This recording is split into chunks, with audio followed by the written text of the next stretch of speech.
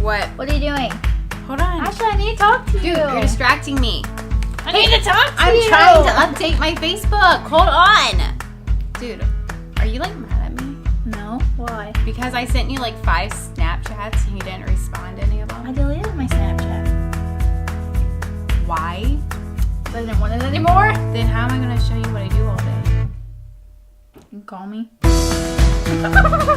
Hey everyone, welcome to our Brave and Fearless channel. I'm Becca. And I'm Ashley, and we just want to spend a few minutes talking to you guys about social media.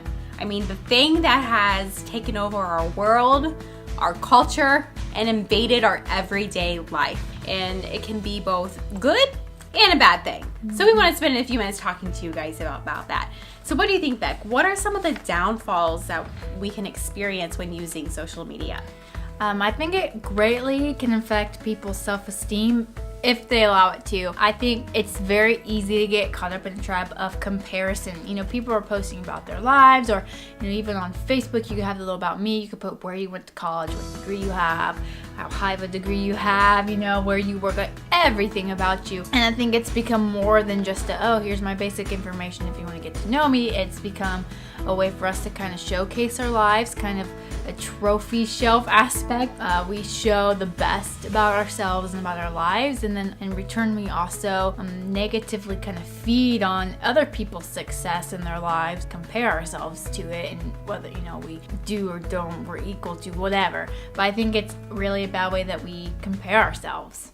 I mean, what do you think? Do you think that's something people struggle with? Oh, definitely. I think, while there's nothing wrong with, putting out there, your accomplishments or, your degrees or where you work, I think that because social media has made our lives so easily accessible, everything is right there for you to see.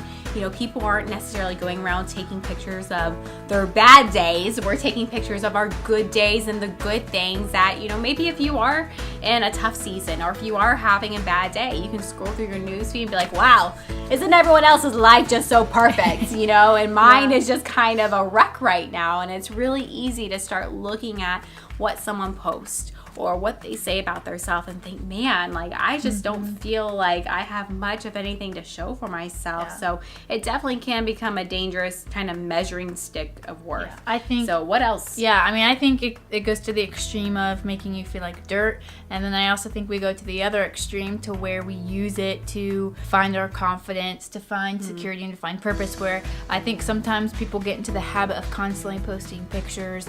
Maybe it's a selfie, or maybe it's just trying to showcase the greatness of their life. Not that there's anything wrong with sharing your life and using pictures to do that, but I think we have to be careful that it doesn't become a habit of doing that to gain the likes and to gain like a status. I think people get used to feeding off of that, and the reason why they constantly post pictures is because that high or that satisfaction only lasts so long. It lasts for a minute and then it fades. So I think sometimes that's why maybe it becomes a habit, is because it's a source that never lasts. Definitely. I totally agree with that. Something that I noticed in my personal life that I was doing was when I wake up in the morning, checking my Instagram, Facebook, Twitter. That was the very first thing I did. And it kind of showed me that, my priorities were a little bit off. I was spending way too much time in social media, and it should definitely not be the first thing I do every morning. That's the time I can be productive. That's the time I can pray, get in the Word, get my day started off right. Instead, I'm going through my Facebook newsfeed for the 25th time. What do you think about the time we spend on social media? Is it out of control? It's out of control. Yeah. Get yourself together. It's bad.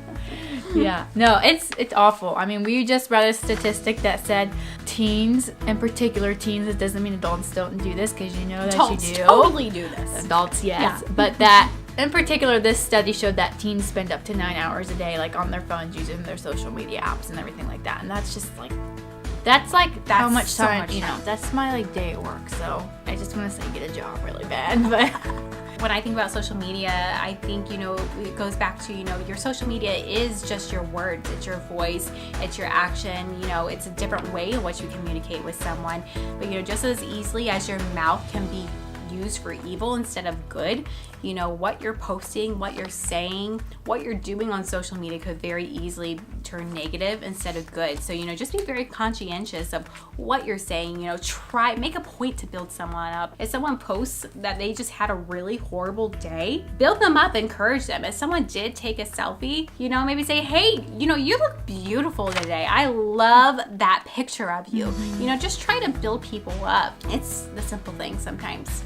So we both really like the verse Galatians 1:10. It says, am I trying to win the approval of human beings or of God, or am I trying to please people? If I were still trying to please people, I would not be a servant of Christ. I think this just goes back to what we were saying is, what is your intentions and what is your purpose in having social media and with the things that you post? Is it trying to make your life look glamorous? Is it trying to make yourself feel confident, or just to make yourself look like something? Plainly, the scripture tells us that if you're trying to please people, you're not being a servant of Christ, because our goal in life should be to be every day to try to be in God's will, to be at the center of who God is, and that should be our intentions and our goals. Every aspect of our life Definitely is to be Christ-like.